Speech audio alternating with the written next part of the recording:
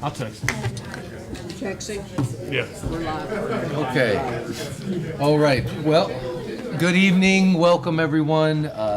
Port Royal, March 6th. We have a public hearing at first, and then we'll move over into our council workshop. Thank you all for being here. Up first for our public workshop, we have a presentation from Michelle Knight with the Low Country Council of Governments to solicit public input for community needs and priorities for housing, public facilities, and economic development in the town and area adjacent to the town within a 2-mile radius. So, I like it, very specific. Yeah, That's it good. is. Yeah. I reckon, you have the PowerPoint from February that I emailed? It was emailed the 4th of February. Somewhat. Okay. I mean, I can least I it's can on do it. it low tech, but, and that's fine. Y'all are stuck with me tonight instead of Jessica, so, We are always glad to see you here. How's LoCog doing? we're Sounds like doing. good money. We're doing okay. Good. We're doing okay. I'll go ahead and just kind of preface my comments about the public hearing and Okay. just kind of note that we posted the hearing notice for this at least 10 days prior to the hearing, as we're supposed to, according to your citizens participation plan, and that this public hearing is one of a series when you are pursuing CDBG grant funding. This public hearing is the one that we do annually to solicit public comment on what the needs and priorities of the town are for the coming 12 months. And then typically during the grant process, if y'all apply for a project, we'll have a public hearing about the project that we're applying for. And then if you get awarded that project, at the end of it, we do another public hearing to say, hey, this is what we did with the money, and hopefully everybody's happy with it. Having said all that, I'm just going to go ahead and talk a little bit about the presentation. Look There it there. So we So- just have one open CDBG, right?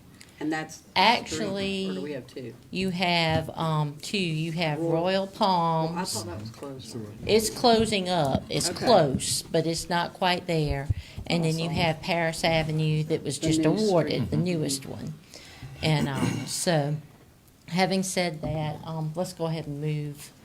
We're going to do our little public service announcement that we note each time we have a public hearing, that the town of Port Royal does not discriminate against the protected classes and fair housing of race, color, religion, sex, disability, familial status, or national origin in either the sale or rental of housing, in residential real estate transactions, or in the provision of brokerage services.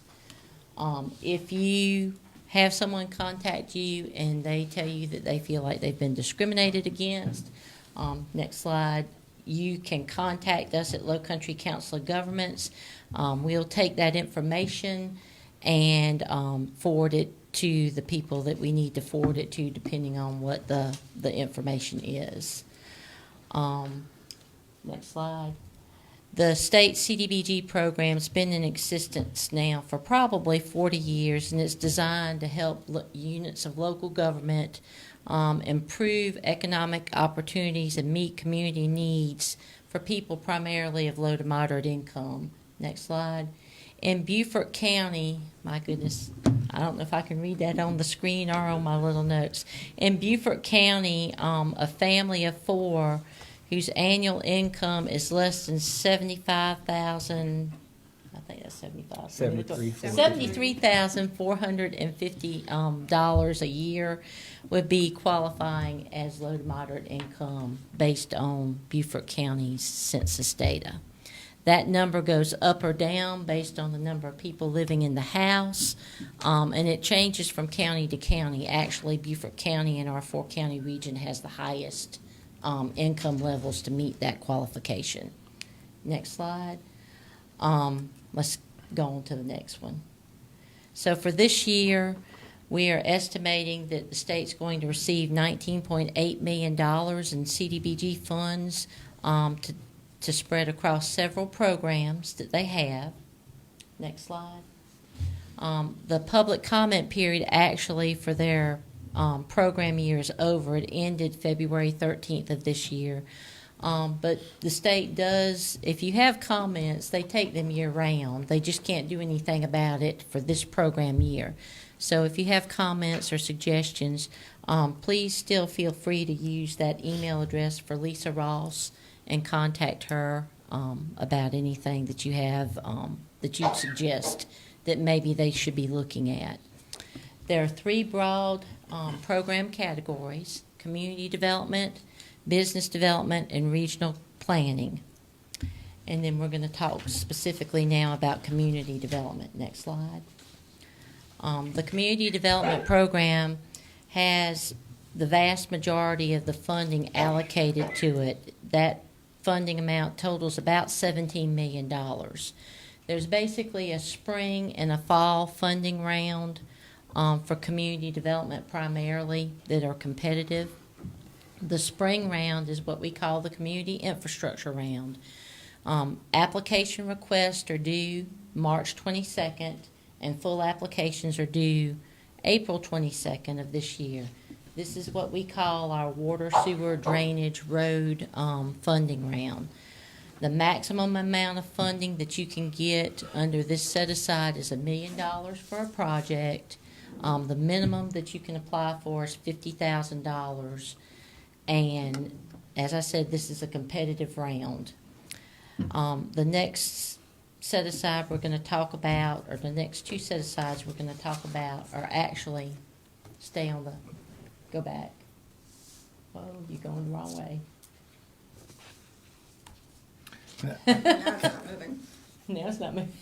Can I ask a question real quick? Sure. So, since we do currently have 2 open, that we have, you said we've got the Royal Palms and then also the Paris Avenue. Are we barred from any of these because we have open ones, or is it, You're can you not apply barred. as many as possible? Or You is can it- have up to 3 open and active grants, Okay. not including a regional planning grant, of which the town's not the grantee on that, or an economic development grant. Those you don't have to worry about threshold requirements on. The grants cannot be over 30 months old. Okay. So right now you have 2 open grants, so you have a 3rd slot, but Royal Palms is over 30 months old, so it has to close for you to be able to apply. I don't think, Jessica and I were discussing that this afternoon, that we'll close by April, but we will definitely be closed before the fall round. And if you close, let's just say we get it closed in May, there is one non-competitive program in here that you could theoretically put something in the summertime if you wanted to, as soon as it closed. Okay. All right. Okay. Good to know, thank you. All right. So the next set-aside we're going to talk about is local priorities. This used to be what we called the special projects set-aside. There's $1 million in this, and this is a fall round application. You have a mid-August request deadline and a mid-September application deadline. And basically, we can do things in here like small economic development projects, small projects that improve public health and safety, such as small sidewalk projects, and also projects that they describe as resiliency and narrowing the digital divide. Those are typically, what they're looking at there are typically broadband type projects if there's a need for it. I don't know that y'all would have a need for something like that in Port Royal. But anyway, there's a maximum funding amount of $300,000 for that, with a minimum of $50,000 for an application. The next set-aside we're going to talk about is community enrichment. This is what I typically call our facility set-aside. It again has an August request deadline and a September full application deadline. This is the set-aside that we can do things like downtown streetscape. Your Paris Avenue project was a community enrichment project. We can do demolition of publicly owned attractive nuisance buildings.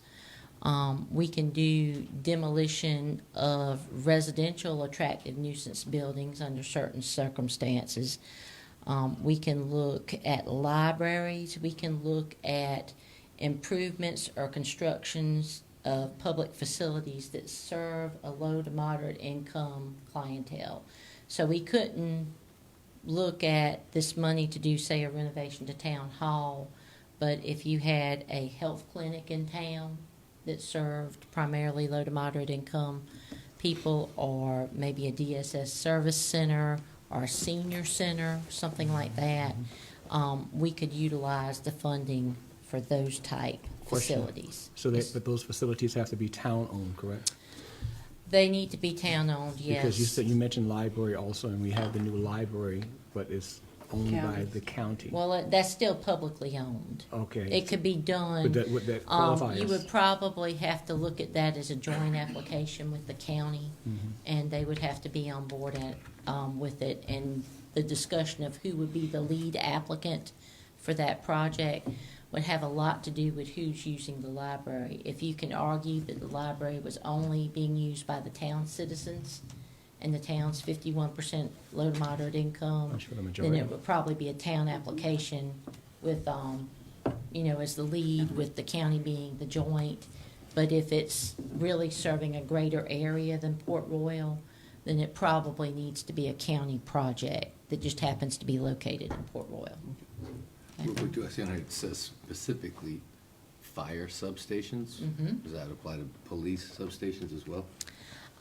It applies to fire substations, fire trucks, and ambulances. We do not do police cars. Should be first responders. Not yet. I got just, No. it's just something that made me think, we talked about that at our retreat the Yeah. other day, about Yeah. looking into having a police substation in some of the, Nothing with, Yes. police Okay. substations, but, pedestrian safety, sidewalks, those type things, we can do that, trail projects, we can do that. And there's been an interest, at least from the state standpoint, it's not on here, of looking at, daycare facilities. too. If the town's willing to own the facility and lease it to a daycare facility. a nonprofit or a group that's targeting at-risk children for daycare services. Just real quick too, I was just wondering, under the local priorities, you mentioned, you said a small economic development project. What would that look like? What's an example of a small economic development project? I think what they're talking about there maybe is getting back into things like facade projects and things like Okay, that gotcha. for small businesses, Okay. that kind of thing. All right. Not what their traditional business development program does. Okay. Okay? Okay, thank you. But if you have something in mind, we certainly don't have a problem with calling the state and setting up a meeting where we can talk about things. Okay? All right, so, next slide. The last set aside that we're gonna talk about in community development is ready to go. This is that non-competitive funding that I was talking about. This, basically, you have ongoing requests for applications. You put in a request, you have 30 days to turn an application in. And basically, we can do anything that's a community infrastructure project or a community enrichment project that qualifies, that cannot wait until the competitive round. So let's just say, for argument's sake, that you close Royal Palms, that you have another unserved neighborhood that needs sewer. They've got septic tanks overflowing. You've got pictures. You've had DHEC out there, that kind of thing. It can't wait a year for us to get back out there to do that and make that application. Then, if you've done your environmental review, if you have all of your acquisition in place, basically, but for having a check to pay a contractor, you could get the project going, then we can apply for that money. But ready to go means exactly that. The idea is that you've done all the homework on the project, so that once it's awarded, within 60 days, we could be bidding a project and then turning dirt. Okay? Any of these projects that we apply for have to meet a national objective. The national objectives are basically one of three things: benefiting low to moderate income people, a majority of low to moderate income people, and that's where 90% of the money probably goes in the state, is meeting that objective. The second priority is aid in the prevention or elimination of slum or blight. That's probably where most of the other goes in most circumstances. And when I say aid in the prevention of slum and blight, that's typically your demolition projects, but you have to have a council, and it's a hard thing to do as a council, that will publicly go on record and call something condemnable, or basically identify a corridor that's a problem. And that's usually not something that happens very often. Then the final national objective is Yes. meeting an urgent community need that poses a serious health threat to the welfare of the community. Typically, these are projects where there's been a natural disaster and a declaration has been made, and you've got to clean something up. The one example of that I can think of in our region was, if y'all recall, when we shut down for COVID, I think we shut down in March, and in April there was kind of a rash of tornadoes across the state, and it hit in our region, Hampton County and Colleton County, pretty hard. Yeah. We were able to get a grant for Colleton County to take down a building that was basically across from their courthouse, and it was already in bad shape, and basically the tornado just kind of took the rest of it almost down. It was more of a cleanup than a real demolition, but we were able to get money for that under that national objective. So rarely is that one used. Most of the vast majority of it is used to benefit low to moderate income people, within a small percentage going to slum and blight. Next slide. And I will say this, all of those projects that I talked about, they do have a 10% match requirement. So anything that you're applying for, you have to provide match money in the competitive rounds. If you're overmatching, if you provide more than 10%, then that just helps you with your score. And I think at least where Port Royal is concerned, they've done that in the past, because I think y'all use a lot of, like with your sewer projects, you use some of your credits with Beaufort Jasper. So that helps, okay? Grant program categories, your business development program, there's $1 million set aside in this. This does not have a deadline either, but this is specifically to provide public infrastructure to companies who are locating or existing companies that are expanding in your area. And when I say public infrastructure, it's primarily water, sewer, roads to serve that business or industry. The business has to agree or commit to a certain amount of private investment and creation of jobs for that money to be available. Typically, the grant awards there,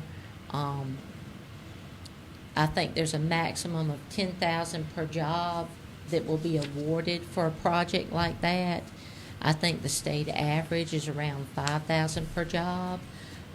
The jobs that are being created, that are being committed to be created, have to be jobs that can go to low to moderate income qualifying people, which basically means they have to be jobs typically that you can do with a high school education and a year's experience. So we're not necessarily talking about, some of the jobs can be degree jobs, but at least 51% of them have to be something that you can do just by finishing high school and maybe having a year's training, okay? And then the remaining balance of the money is used for regional planning grants. Each of the 10 COGs in the state receives $50,000 a year to do these public hearings, to meet with staff, to plan projects, and that sort of thing. And then also for state technical assistance and admin for them to run the program. Let's move on to the next slide. Next. One more time. So, projects that are located in opportunity zones get bonus points in our competitive round, just as a note. I think with us, it's mostly areas that kind of tie to the I-95 corridor, but those projects get extra points. Next slide. And then going back, you were asking about who could apply and how many you could have. This is our threshold. So basically, if you have no more than 2 open grants that are less than 30 months old, you can apply again. But once you have 3 open, unless it's an economic development project, you have to wait until you close something to put something else in. Next slide.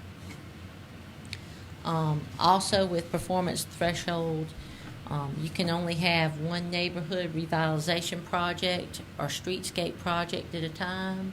So y'all have got a streetscape project, so you couldn't apply in the fall for another one, okay? Until you get that one closed. You can have no more than one ready-to-go project. So if you got a non-competitive project, you have to close it before you can get another non-competitive project. And then the third threshold requirement is that you have no more than one project for the same general target area open at the same time unless the current project is under construction. The best example I can give of this is with some of your neighbors in the town of Bluffton. We've over the years, I think we've done 5 phases of sewer work in the Buck Island, Simmonsville area. But basically what we had to do was get one under construction before we could get the next one awarded. So you can do it in the same general area, but you've got to be moving the first one along, okay? And then finally, I'm going to talk just a few minutes about the Low Country Regional Home Consortium. As most of y'all know, the COG serves as the managing agent for the Low Country Regional Home Consortium. It consists of all 4 counties and all the 21 municipalities in our region. Next slide. And basically our 3 objectives have been to rehabilitate substandard housing, to increase accessibility to adequate and affordable housing, and to support the development and availability of safety and affordable housing. Every year around the same time, while we're doing the needs assessment, in the spring, we have to present an action plan for our next program year of money for the Home Consortium. So we ask also, while you're ranking your priorities for CDBG, if you have some needs that you want to make us aware of related to housing, to let us know about that. And normally in the past, I've told you to talk to our affordable housing manager. If you can get those comments to me this time, we will work on that because I'll probably be putting that together this year in light of certain things that have happened recently. So all that to say, if there are some issues that are housing issues that you'd like us to try to address, if we can, we'll try. But not everything is a good fit for that pot of money. So. Does LOCOG work any with the Affordable Housing Trust Fund? We have representatives from Yemassee, Beaufort, Hilton Head, Bluffton. Right.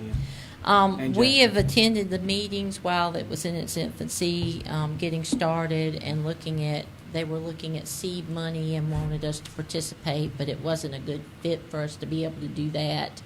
And I know they have some RFPs out right now. Actually, some of their committee members, I think one in particular is actually one of our board members too, and he had sent some information to me, and we may look at doing an RFP with them where single-family housing rehab is concerned at some point. I don't know that we'll be ready to do it in March, and the reason I say that is we had a staff member who was our affordable housing manager. She had been with the COG for 26 years, and she passed away last month. And right now we are we need to stabilize and keep everything that we've got kind of going before we jump into another thing until we get things kind of settled out. So, our single-family housing rehab's moving along seamlessly pretty much. There are 3 or 4 affordable housing projects that we're looking at, and really most of them are in Beaufort County, and I think one's in southern Jasper County that we're looking at. Those are one's at completion, and the other 3 are in various stages of getting ready to ramp up. And we've got a lot of institutional knowledge that we lost So we're trying to keep that going. So I doubt it that we'll dip our toe into that this year, but if they do it again next year, we may. And we're certainly aware of what they're doing. I mean, if there are opportunities that we can partner together, we'll certainly try. But you have to kind of remember, even that RFP for the housing rehab, some of the things that are okay for y'all aren't necessarily okay for this public funding. And I think all of their money is private right now. So they have a little bit more latitude. Contributions. That's all I have as far as formal comments. I understand that y'all take open comments and then you rank at your next meeting. That's typically what y'all have done. So if that, and I mean, that's fine. But if you've got any questions of me, I'll be glad to answer them. Any questions? I'm good, man. Thank No, you for just- what you do. yeah, thanks for being here, and LoCog as well. We get a lot of good grants from y'all, so I'm sure we'll keep sending us the requests. It's good to know we've got. Van's good at kind of keeping us abreast of what's going on, and I think Brooke as well. Yep. As well is We'll- good. We'll come up in with doing something to fill So that open slot that we got. Well, we'll have two here eventually. Yeah. The sewer project went great, and I heard a lot of Yeah. people have real good things to say about that. So we're thankful for that, and they're that close to Finished. finishing it. And I can't think- wait for the Paris Avenue project. I was fixing to say, I think it's down to punch list things Yeah. and actually waiting on a monitoring report from the state. That's the bigger issue, waiting on them to give us their report from doing their monitoring. And Well, then thank you for always nice roads, looking smooth after us. roads, really nice. And then we'll get you 2 requests. All right. Well, I'll say this, and all around, if you've got something that you think's a local priority and you've got something that you think's good for community enrichment, you could put 2 in the fall at the same time if you wanted to. Right, right. Okay? Thank you very much Thank for you. tonight. Thank you. you. Did, Sign-in sheet has gone around? yes, sign-up sheet. I didn't get any, but I'll just hope It any. is. No, but the sign-in sheet is going around. Any public comment with regards to the Low Country Council of Government presentation? All right, seeing none, I will close the public hearing. And we'll move right into our agenda for tonight's council workshop. Call to order, already did that. Got some more presentations for y'all. Up first, with Waste Pros, Mr. Joe Matz. How you doing, sir? Good. No, thank you for being here. Thank you for allowing me to be here. So, as you know, we've been working on this reroute for a while now, and I was here prior, and just kind of want to explain this a little bit. Looking at the calendar, you'll see that there's a green dot on the 13th, and that green dot signifies your recycling day. Everyone in the town will be collected that day.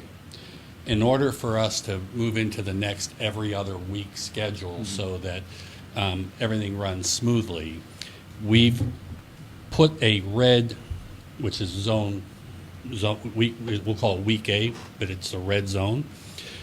That week, the trash and recycling will be picked up in that zone. The following week, trash will be collected on the 26th, and recycling will be collected in the B zone. We've coordinated with Brooke so that the A zone is the area down by Shadow Moss, Cedarwood, and those kind of that area, and then the B zone is downtown in the area, in the downtown area. So everything, again, from our perspective, will provide better service with the recycling going on the same day as the trash. There is going to be some confusion, there always is. But it will be staggered, as you initially said before. Correct. Not simultaneous. Correct. And currently, we are also we're rerouting Guyton, Springfield, Rincon, Estill, and Bloomingdale. So on Monday, we're going to be in Guyton, and I've moved all my trucks into that area here Tuesday, so that if we do have some collections issues, we have everybody right in the same area, so there's not a problem. And again, on the 19th, I'll be sending an extra truck in to make sure that we get everything picked up. In addition to that, obviously we have the calendar. I'm having magnets made. I'll have about 250 to give you all, so that the residents, if they want them, and if there's more people that want more of those, we'll provide them at any time. They only take about 2 weeks to get made. So you have calendars.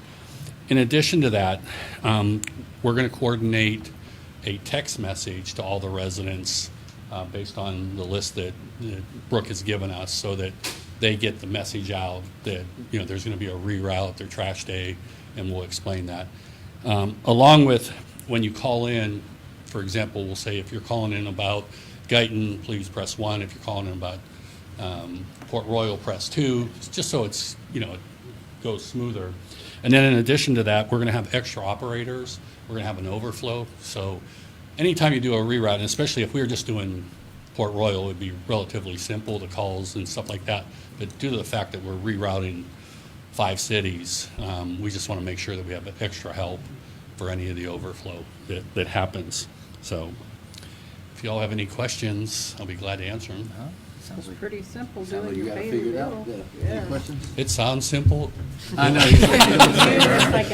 The every other week confused us. Don't say that. Well, So and thank y'all for doing this. I think this is going to be great. Like, It- picking up this one day, trash, recycling the same day. And I must say, like- I have not received any calls in a few months. haven't Yes, Several absolutely. months. We were saying that at the retreat the other day. amen to that.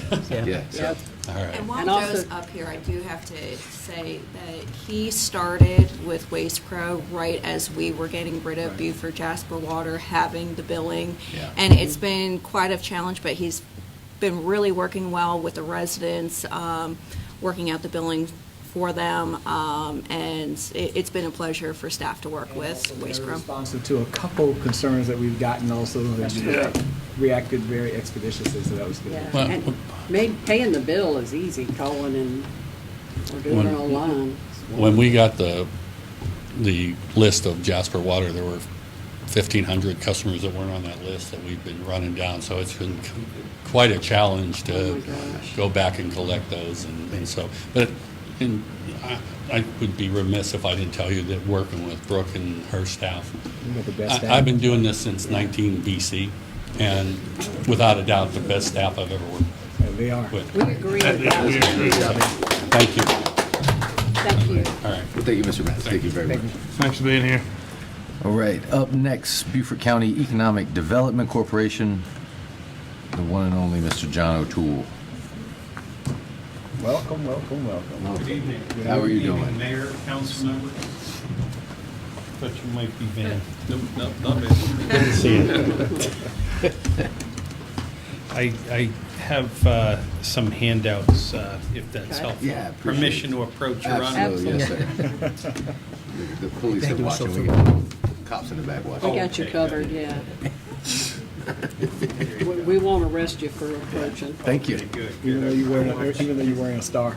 What's that? Even though you're wearing a star. Yeah. And so just for everyone, we asked, the Beaufort County Economic Development Corporation is a very important organization here in Beaufort County as a whole, but Northern Beaufort County, they've done an amazing job of what they've done here in Port Royal. So we'd asked John just to come give us an update of how things are going, where we're headed. I mean, just so you know, Port Royal, the shed would not be there, and Showring probably would not be there if not for the Economic Development Corp. So and Stoneworks, absolutely, we don't see it as much because it's not in the downtown area, but Stoneworks up on Robert Smalls as well. Those 3 businesses probably wouldn't be here without the work of the Development Corp. So those are real tangible things we all use and see that are due to their work. So thank you for that. And Greg on our Yep. committee. Well, I feel blessed to be here in Beaufort County, so what's that? I said amen. Amen. And especially in Exa- Port Royal. That's right. And especially Port Royal. I think Port Royal's hot. I will tell you a story. We had a group invest in, and Jerry, you threw me off, so here goes nothing.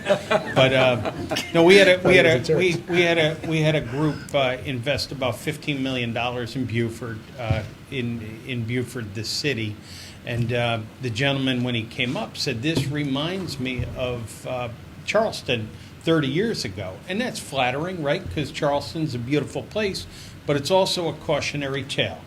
of how we do things in a way that kind of honors what everyone values about Beaufort County, Port Royal especially. So, we have to be really mindful of it. To date, we've done, this is 6.5 years that we have been blessed to do this in Beaufort County. We've done 70 projects, and to date, we have not been opposed by a Not in My Backyard group or an environmental group. And Grant, you agree? Okay, there you go. Proof. And I credit the Holy Spirit, quite honestly. You said amen. That when I got here, I realized, that life is like a balance wheel, and every spoke on that wheel is important. But in Beaufort, there's one important spoke right there at the top of our balance wheel, and that is the environment. And you can get a lot of good things done if you apply pressure and don't have resistance, but you work with what people want in the community. So that I'll preface it with that. Now I'll get to my notes. We've been really blessed since I've been here. Van was our original board member. Greg Shelton is our board member today. And now Kevin Phillips is on our board. And it's kind of a neat time in Beaufort County because we've got all these new mayors.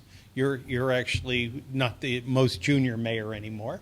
But there's a real spirit of collaboration. Beaufort's mayor. Yeah. So you. And you're only a year, and you're only a year behind Mayor Perry, who is the senior mayor in our area. But with all that said, it's kind of a really unique time. I just did an interview with somebody involved with the Chamber of Commerce, and since I've been here in 6.5 years, I've worked with 7 different county administrators, and they're out to get the next one. They're out to hire the next one, I should say, not out to get them. But with that said, it's a unique time. Now, when you look at economic development, if you follow me on Facebook or on LinkedIn, you'll see we have a lot of activity. But to me, economic development should not be activities. It should be something you can measure. So anytime we appear, we talk about what you put in and what you got out. Kevin, the mayor, you did a great job identifying the projects that have landed here. I think we can do more. There's a lot of opportunity here in Port Royal. So over these 5+ years, you've put $165,000 into the Economic Development Corp. There was a time, probably about 3 years ago, we said, maybe the town should put in based on their budgets or based on population. And at the time, Van, Port Royal said, no, we want to be equal participants with each of the communities, because whether Stoneworks is here in Port Royal or Green Line is in Beaufort, residents from our town enjoy equally in opportunities in Beaufort County. So that was the rationale that we take, and we're always open to input. That hopefully you pick up on that from me, that I am flawed and could benefit from all good input. And we've got a great board that provides input. You should know Mr. Shelton is our treasurer, and so he spends extra time making sure we do our job as fiduciaries of these funds. So over the 6.5 years, we've seen $358 million in investment in the county. I should tell you that right now we probably have over $200 million in near term, and we're starting to hear about a lot of investments in healthcare. So there's going to be more. You probably have seen Ochsner located out on 170. They're actually in Ridgeland or Jasper County, but we worked with them. A lot of people are clamoring for great health care in Beaufort County, and with some of the changes in legislation, we're going to see more investments in health care. I'm talking to 2 developers that are under non-disclosure agreements that tell me something is about to pop. in Beaufort County. So I think that $200 million pipeline is going to quickly grow to $400 million. Jobs, 1,805 jobs, and we've been averaging, I try to be accurate here, we are averaging just over 43,000, let me be very, very, 47,689. you're seeing it. Yeah, thank you. You can see it. I've got glasses on and I'm missing it. 47,689 in terms of incentives coming back into Beaufort County companies, 18 million, and real estate absorbed. And then you want to think, well, what's happening in Port Royal? So let's jump down to the next level. Investments, $30 million in Port Royal. Jobs, 126. Incentives coming into companies, $1.8 million, $1.85 million. Real estate absorbed, 53,000 square feet. Now, using some multiplier effects that we are calculated by Clemson, the annual output from these companies is 62 million. Payroll is 106 million. Annual output 62 million, and cumulative impact over the next 8 years will be $440 million. So hopefully when you look at the 165,000 you've put in over time, you will consider doing that in the next fiscal year. That's my pitch. Now, I always think we can do more for Port Royal, and we're working with a lot of your partners already.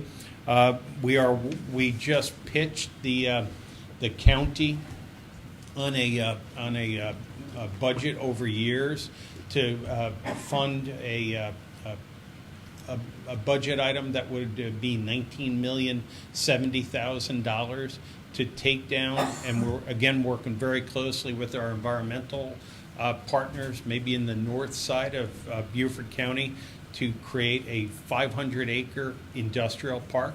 Again, on the back, you'll see the industries that we focus on are all clean, and we're going to stay that way because the areas around us are so sensitive. Now, we are working with the Beaufort Regional Chamber of Commerce. Greg Shelton is also on that with us. I think there's good efforts underway, very sensitive efforts. I just saw a note that'll be going out. What we always want to do is be a community that embraces the mission of the Marine Corps and the Navy. But if opportunity presents itself to create opportunity within your community, you've got great people working on a committee through the Regional Chamber of Commerce. With Safe Harbor, I know that's been in the news. I do think we can help you in those negotiations. We're not privy to them, but we do have a fund each year from the county, $750,000 to provide incentives. So if we can partner with you there and Safe Harbor, hopefully we can do something there. You just heard from the Low Country Council of Governments and some of the small city block grant funds that they have available.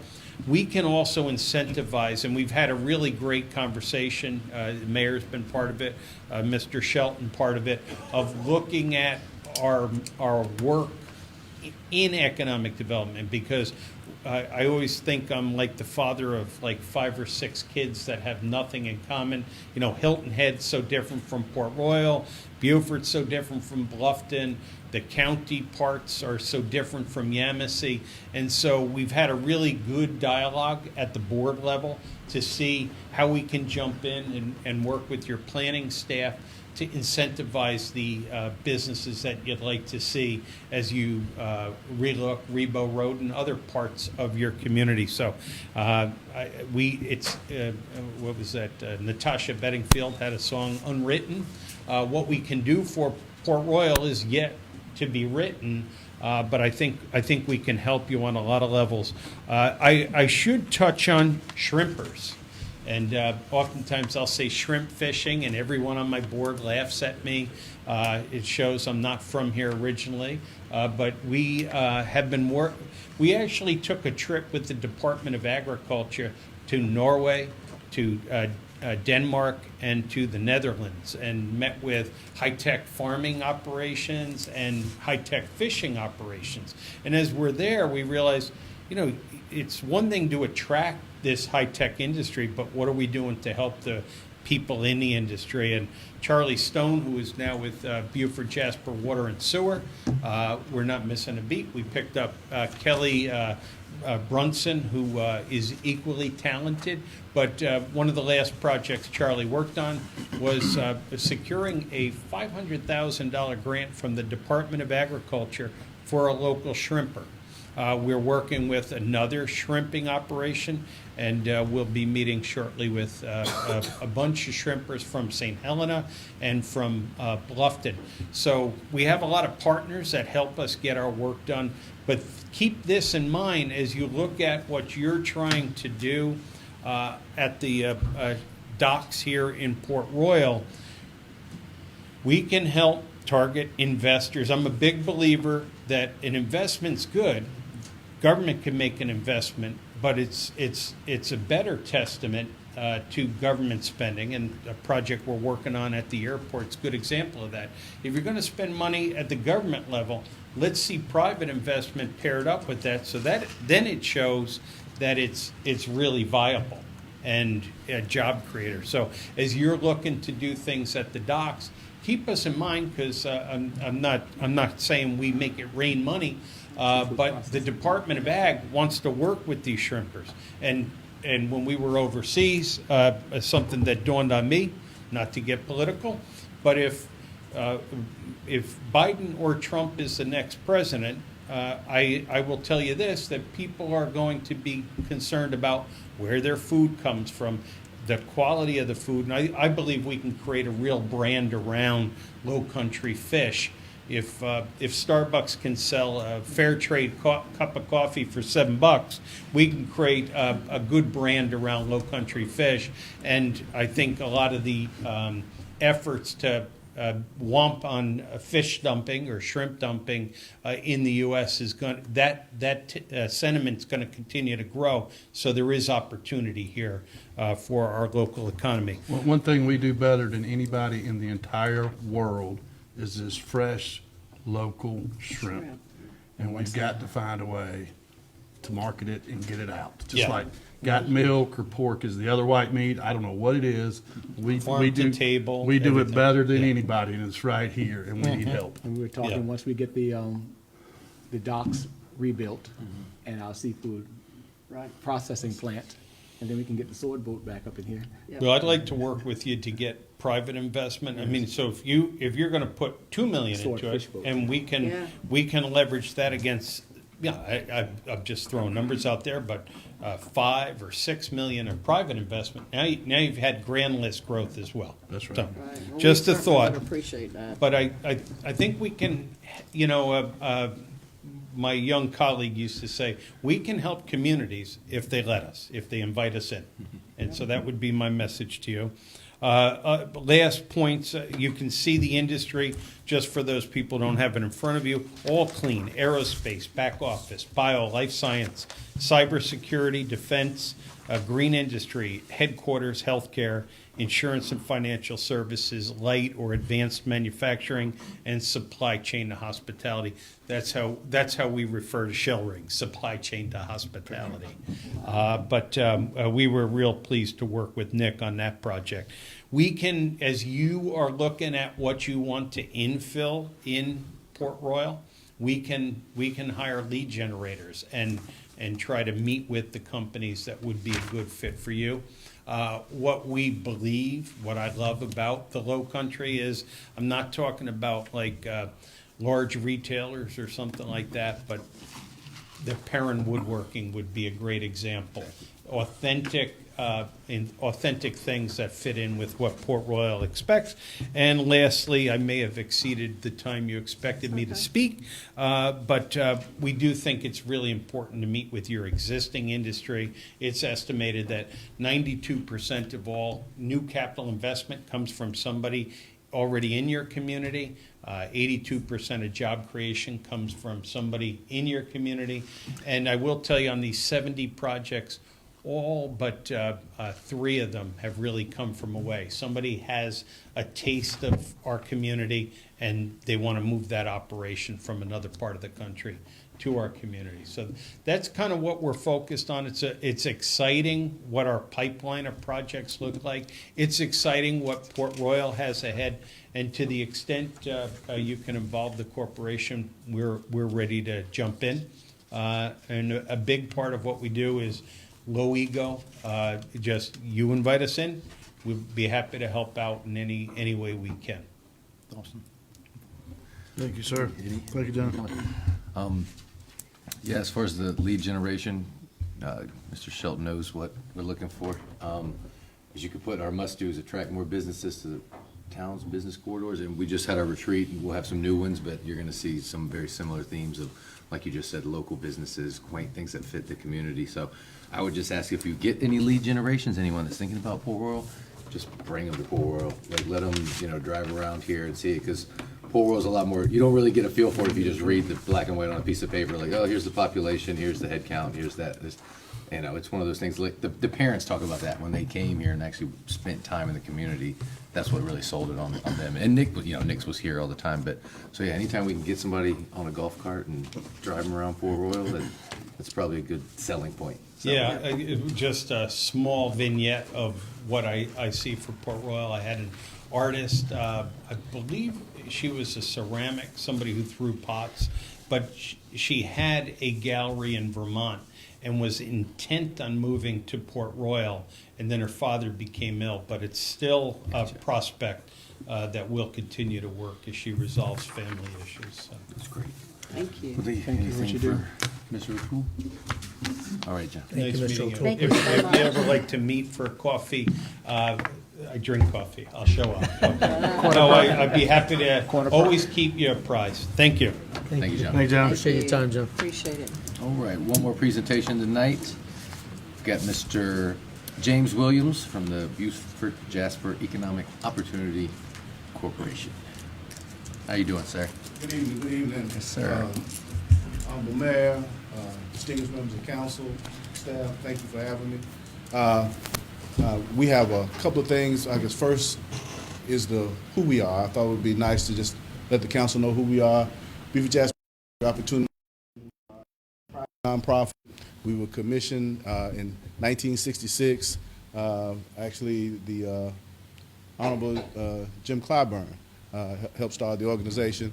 So we have 2 primary functions. Our mission, and it is a long mission. Basically, we support the most vulnerable people in the community and help try to move them to self-sufficiency.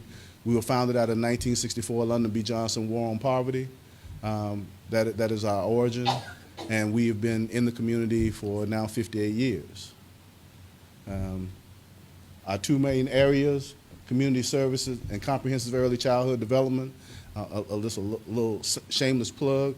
If the council starts talking about working with the LCOG about putting in early child care, you already have your nonprofit partner ready and waiting. And LCOG talked very in depthly about the community development block grant. We are the local area's president of the community service block grant. So we do receive federal and state money, and we partner with all the local municipalities as far as local funding to help carry out our mission. And there again is moving our families, our most vulnerable families, to self-sufficiency and preparing those children from birth to 5 to get them on point to enter into public school on task. The programs we have on the community services, obviously we do a low-income energy assistance program. They're state funded. It's really helped those individual households who are in a crisis and about to have their utilities disconnected. We intercede. We have a general emergency fund, housing preservation, youth leadership, which is going into that economic standpoint, preparing those children 14 to 18 to understand, entering into the workforce and making that jump from education into the workforce. Not all of our children transition into college. Some of them go directly into the workforce. right after high school. So we try to make sure that we get a group every year and try to make sure they're prepared to enter into that workforce if that's their choice.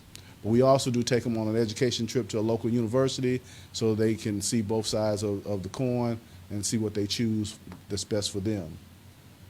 We have a senior food and nutrition program where we take seniors, physically take them grocery shopping so they can get the food and nutrition that is best for serve their household, and obviously it helps oversee the transportation barrier as well as get healthy nutrition food in the household for our seniors, and we do all this facilitated by the Community Service Block Grant. Comprehensive Early Childhood, the Head Start, Early Head Start program, I will not go through all those details, but basically, you know, as I said, we have your most vulnerable children in the community to help get them prepared so they enter into kindergarten on task with their peers. Right now, we have 559 children that we're funded for in our program from all over the area. We do have a center right here in beautiful Port Royal on Talbot Street. So we are local, and all of our programs are between 100 and 200% of the federal poverty guideline. To put that in perspective, those are households of 4 who household income range from $30,000 to $60,000. And in the Head Start program, it is shortened to 100 to 130%. So all those children in that program are from households between 30 and 40,000. So it is truly our most vulnerable families in the community. So that is who we are. Our main office is located over on Duke Street, right on top of the DSS building, and we have an office in Jasper County as well. And thank you for a brief moment of saying who we are and why we're here. As I said, we are state and federally, we receive state and federal funding, so therefore our board has to have a tripartite setup. We have members of our board are from the public sector, the Honorable Mayor sits on our board. We have from the private sector, from other nonprofits, and we have to have community representation as well. The committee has been so gracious to allow us this time to use this platform to fill our community slot for the board. We have one applicant, the wonderful Ms. Charlotte Murray, who has previously served on our board. She served as an officer on our board before. She's very familiar with our program, but we have to bring it before the community, and it's at the community's behalf that she stays on our board. The community has the opportunity, if they want to seek a replacement or retain her in her seat on a board of our board of directors. So at this time, with your permission, I would like to just, I think everyone in the audience signed the sheet that makes you part of the public. So if you like, I would like to present Ms. Charlotte Murray. Could you come up for a moment, please? I know, as I said, Ms. Charlotte is very familiar with our program. She sat on our board for a few years, and she actually held the office of the secretary of the board. And but basically, you heard what we do. You heard our request. If it be the will of the public, I guess to a sign of aye, we would like to vote and keep Ms. Charlotte Murray as a member of the Board of Directors of Beaufort Jasper Economic Opportunity Commission. Aye. Aye. Nay? Hearing none, thank you for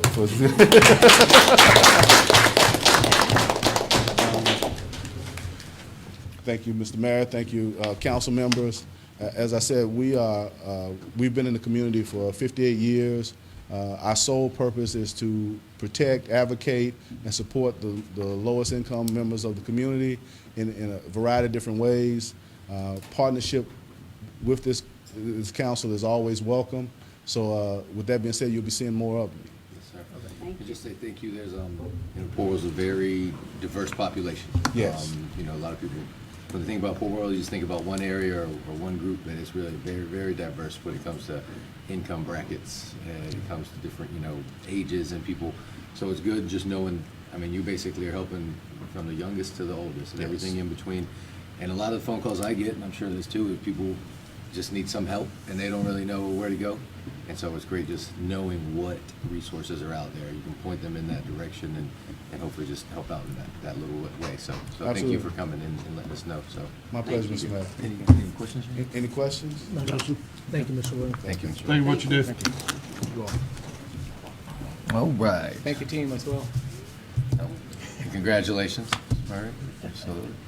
So that ends our presentations for the night. We'll move into council briefing. As you can see, we have Mr. Willis is not here, so we've got lovely You get me tonight. Brooke filling in. Hey, nothing wrong. I'll keep this short. We didn't have too many updates for this evening. In April, we'll be having a presentation on the Paris Avenue streetscape, Okay. where we've had a charrette with the public. They've had time with staff and are regrouping. They're putting ideas back together, and they'll be doing a presentation in April for Okay. that. And we'll promote that and push that out. Let's see. The Casablanca drainage improvements, Four Waters has begun doing their drainage analysis, so I'm looking forward to see what they come back to us with. Okay. They've started? Yes. Okay. Good. The Stormwater Master Plan, that was a grant that we received from the RIA. This is for $250,000. The town staff put out a RFQ and received 6 submittals. We met this week and reviewed all of the submittals and scored them. We've sent back our recommendation to RIA, and we're just looking for an approval to go ahead and begin negotiations.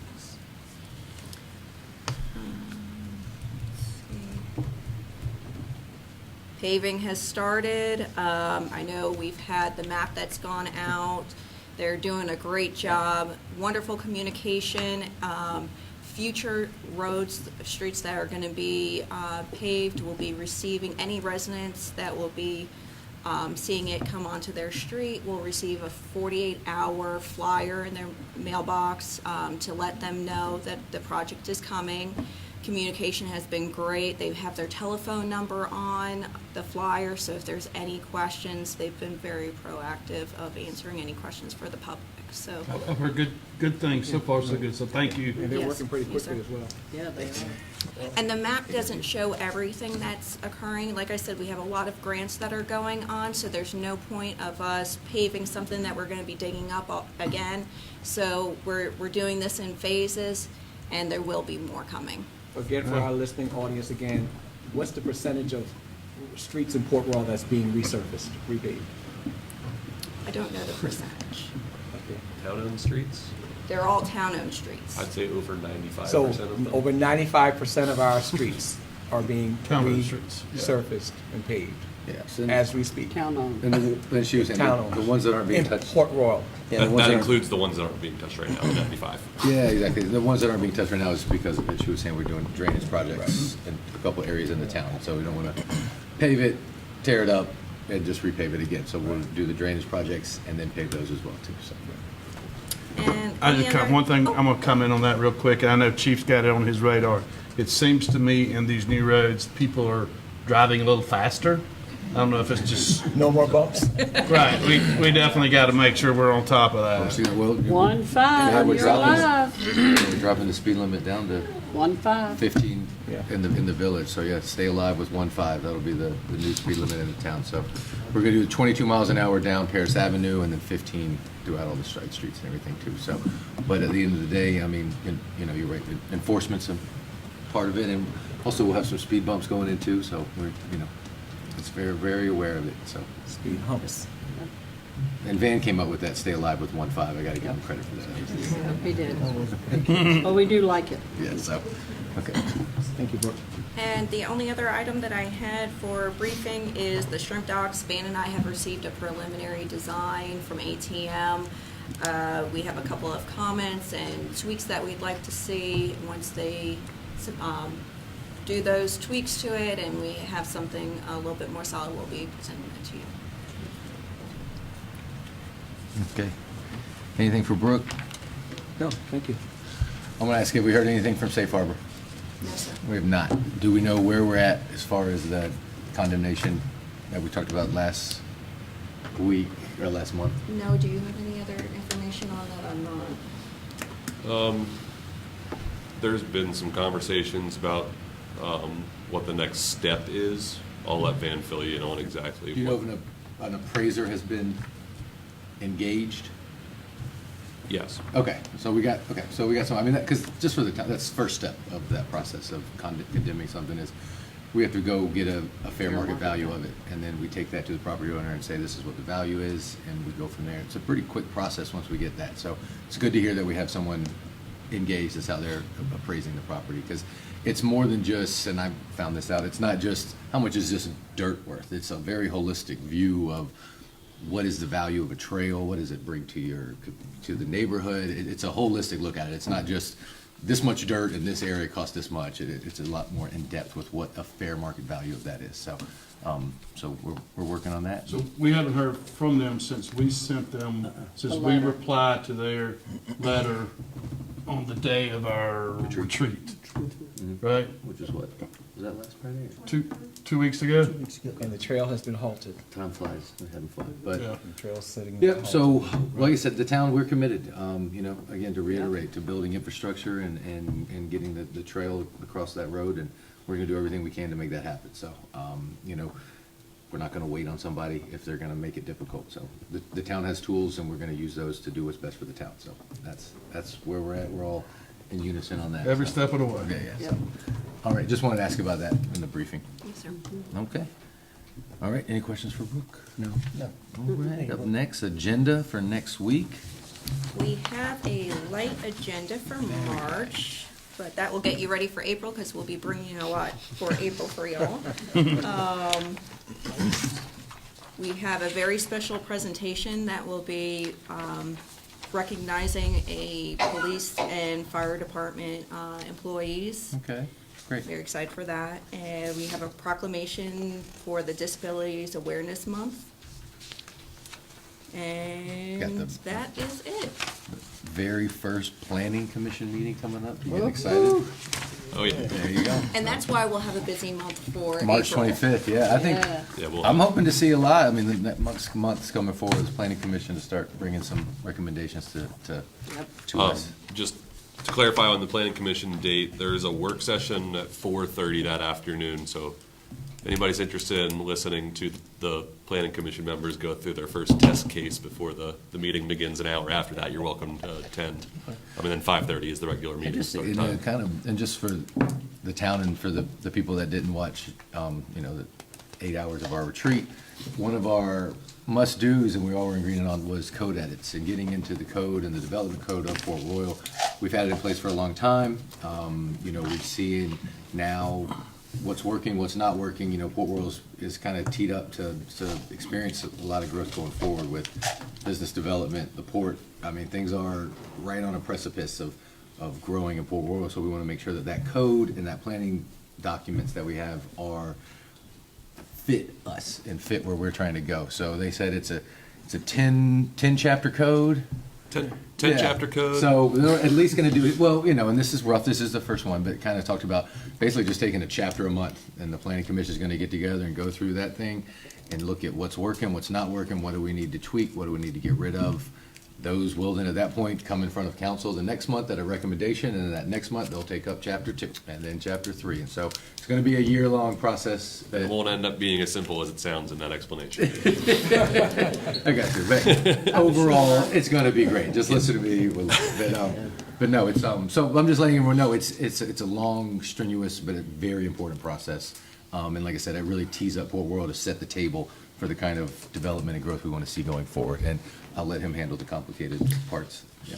So, well, that was, just wanted to fill you in on that, because that's exciting. I'm Yes, it excited is. about having our own planning commission and being able to work through it. So, anything else from our agenda for next week? I can just go over important dates. Yeah, believe that was next. it, okay.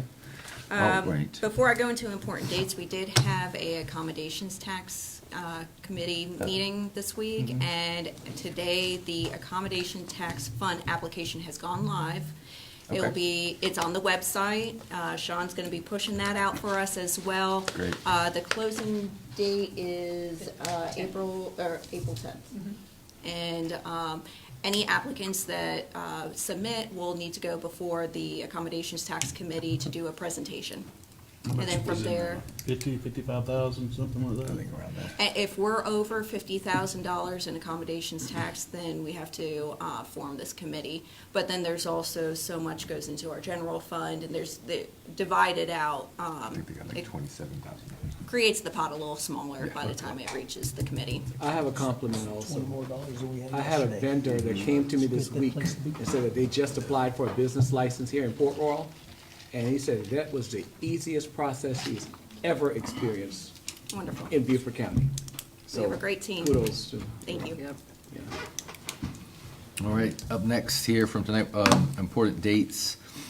Yes, so, Well, do go you ahead. want to go through them? No, you got it. Okay. Thursday, March 7th, 2024, that is tomorrow, Design Review Board meeting here at 5:30. Then Saturday, I see Ms. Pamela Courtney in the audience. I think she might be filling us in a little bit more on this, but we have the HPRF 150th Anniversary Rebo Run at 8 a.m. And then Wednesday, March 13th, we'll be back in this room for our council meeting at 6:30. Perfect. And we do have, I'm gonna do public comment, and then I'll get some updates from some of the people I see in the audience here. Public comment, we got one right here, Miss Tricia Fidrich, please come on down. Thank you.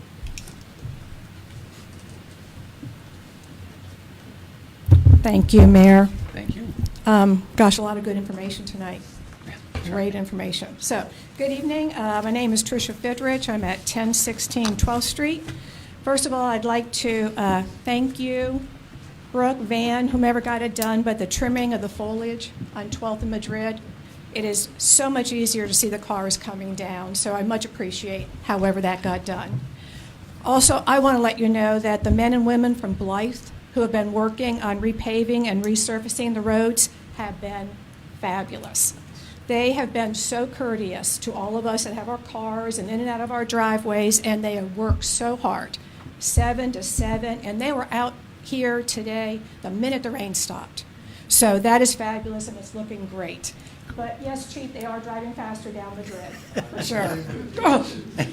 So, also, I did watch the town retreat. Good. Maybe not all 8 hours of it, but speaking of very long days, you all had a very long day. But anyone who watched it had to have felt as I did. I felt so well represented.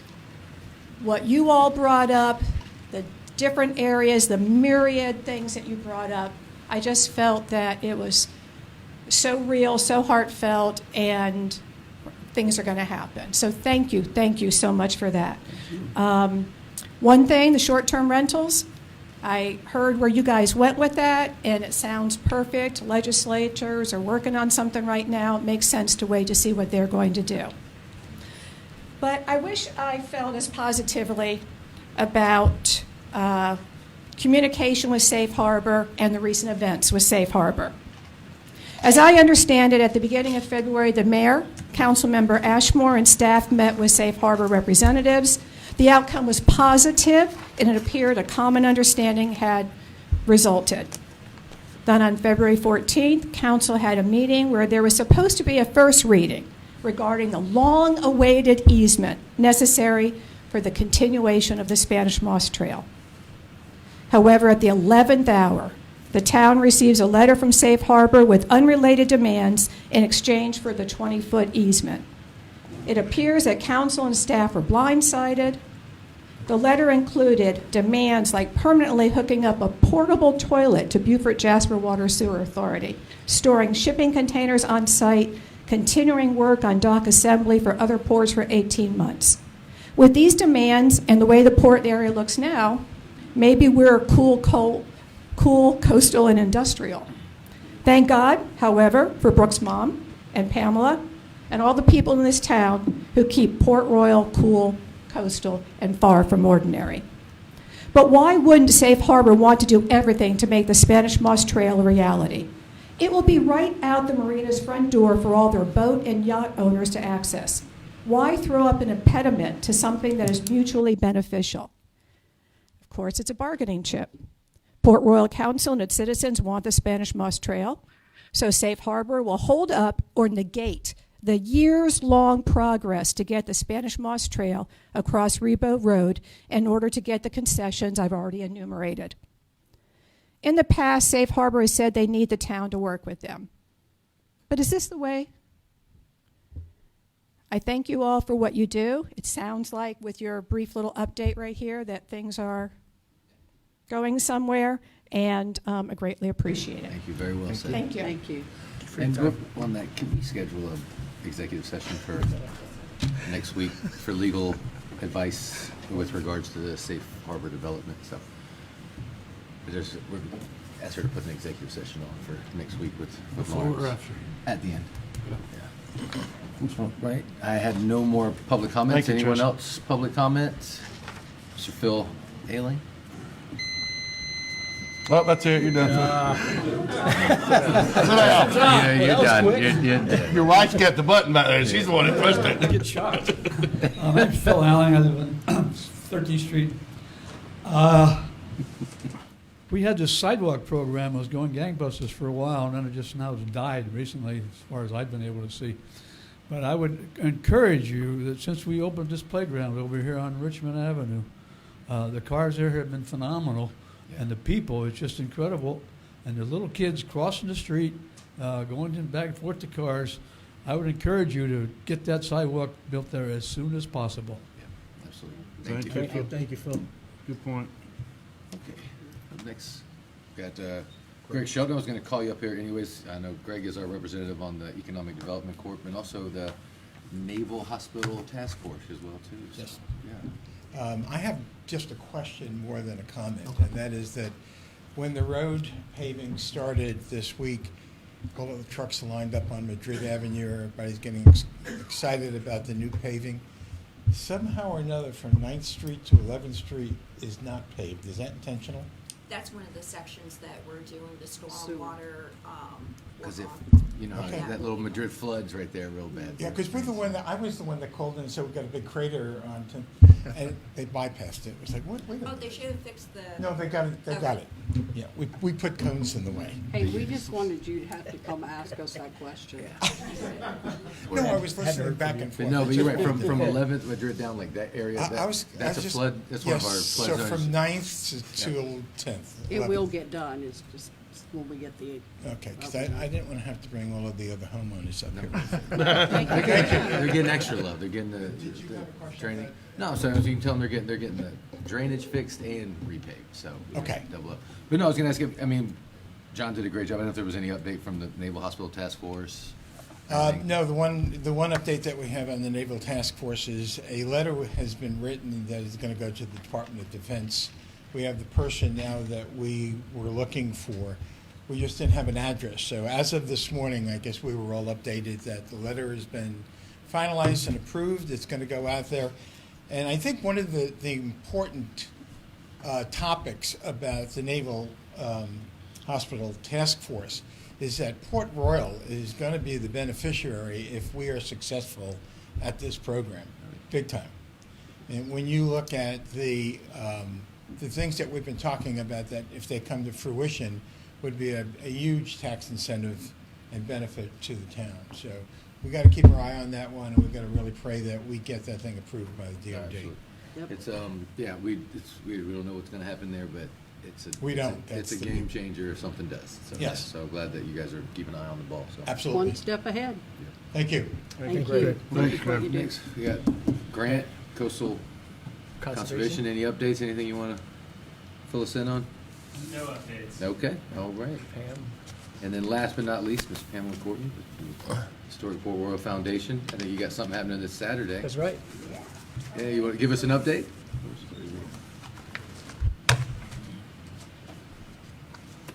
It's time to get your Rebo on. There you go. All right. We are ready. Today we had our Marine volunteers came over to the park. Okay. They are so excited to be a part of something else other than Paris Island. You would not, I mean, you know, they just, Jorge, I wish you'd been there. They were fantastic. They really were. So they're part of the volunteer force, and they are so excited about being on a street corner directing traffic. Go. They're just excited about that. They really are. So we're ready to go. What time's it start? It starts at 8. Tell the public what's going on Saturday. Okay, it's a Rebo run. So it's a 5 and 10K run. We are watching the weather. In celebration And it and works they're- out perfectly. In Yeah, celebration and of- it is the 150th of the incorporation of the town of Port Royal, and that is actually on that date. On a Saturday. On that Saturday. And as I said, we are watching the weather. It looks like it's going to be better than it was, but we thought originally. But because of the government, because of Navy, they have really strict requirements. If there's thunderstorm or whatever, within 5 miles, everything gets shut down. So that's why we're really watching it carefully, working with them, and we'll pay more attention to it in the next 24 hours as well. Also on the 9th in Washington, D.C., there'll be 2 flags flying over the Capitol. One will be a smaller one, will be presented to the town, will be able to go in a display case, and the other a larger one, which will be able to be flown over whenever you want to fly it. And so as soon as that's finished and comes down here, we can have a presentation for that as well. And then also there is here in Columbia, there was a requisition for the announcement, and I think that passed on February the 27th as well. So we want to see you all come out. Oh, I'll be We really are. We're very thankful for our supporters and our sponsors and everything that's happened. It's been great, and we've got a wide variety of people coming in to run this race. And so even if you're just going to walk it, even if you're going to, yeah. We got it, Bubba. You guys are running. And Daryl, Walk Daryl's up, coming with us, too. registration day of. The registration is all being done through runsignup.com. It closes on Thursday, picking up your bibs and tees at Grounded Running in their parking lot on Friday from 10 until 5, and we got volunteer staff coming in. If we will take some walk-ins on Day of race, you'll do? Day of race, like that. I think it's 7:30, like that. So you're just ready to go off with the gun at 8 At o'clock. Live Oaks Park? Yeah. I might have to push that baby because, they'll be left me behind, and I might need the military to help me get across the finish line, but I will get there. That Right, you will Kev? get there. Absolutely. Right, You'll Daryl? You get there. Jerry? Yes, ma'am. So, are there any questions? We'll get there. Looking I got forward one, to it. Pam. So you mentioned lighting within 5 considerations. Is that just for the part that takes us into the naval base, or is that for the run generally? That is for the run, for the 10K runners. Okay, That- the so 5K is once still- you're inside that 1.18 miles and everything, that's where, not outside of it, but that part of it. So we'll watch it real carefully. Okay, wonderful. And I know I told you that I wasn't going to make it because I had a commitment with my kids' school. Yes. So that event, because of weather, is canceled. So I'll be there with the entire council. Oh, you look will? at that. Fantastic. So my wife will be running for time. Yes, I'll be moving yes. with the council as a That team. is great. And we have a lot of medals to give out, so we'll need everybody's help. And as I've told the Marine Corps, I said, everything's in plastic containers and everything, but we're going to need your help also of moving these things along so it goes quickly at the very end. Wonderful. Got my Thanks for walking that work. shoes. Thank you very Okay. much. Thank you. See you Saturday. All right, public comment. Anything else from the public? All right. How's council? Any comments from council? Any council comments? All right, I'll just really quick, just two things, and then I'll get everybody out of here. Just wanted to say a thank you to Congresswoman Nancy Mason, her office. They held a town hall here 2 Thursdays ago at Shellring. It was a nonpartisan event. She actually answered a lot of questions about disabled veterans and how to get veterans benefits and stuff. So anytime any of our representatives from Columbia or DC come down and make time to spend time in the community, I don't care who they are, I think that's great. So anytime we can get in front of them, the better off we are. And then also, I just wanted to reiterate, we had a great retreat. Thank you for the ones that watched it. We really did. I thought we got a lot of good done. It was a good day. We also had to break up and just had that great, just to call out Jack Norman and Am Betts again for the sign that we did on Paris Avenue with the 22 miles an hour. That was really something special, and you'll see there'll be more of those on Paris Avenue coming up too. So they just got to get installed. But just a quick shout out for that. That was really something special. And Mayor, we did talk at some of the council. We're going to go to some of the other councils, like Bluffton, Hilton Head. One road is all we'd like for them to change at 22 mile an hour speed limit, just to show that through this whole state that we're supporting that. And so It could be really we got a task and we're gonna do it. We'll just shame them into it. So Yep, shame them in. Falls in line with the governor's endeavor to bring that number down, and That's it. it falls in line with our friends over at SCDVA and with their Palmetto Pathfinder program, and it really does align with all Yep. those endeavors that we have as a state. just makes sense. So, all right. Hearing nothing else, motion to adjourn. So moved. All right, y'all have a good one. Thank y'all so much Thank for you being all. here. See you this weekend at the birthday party.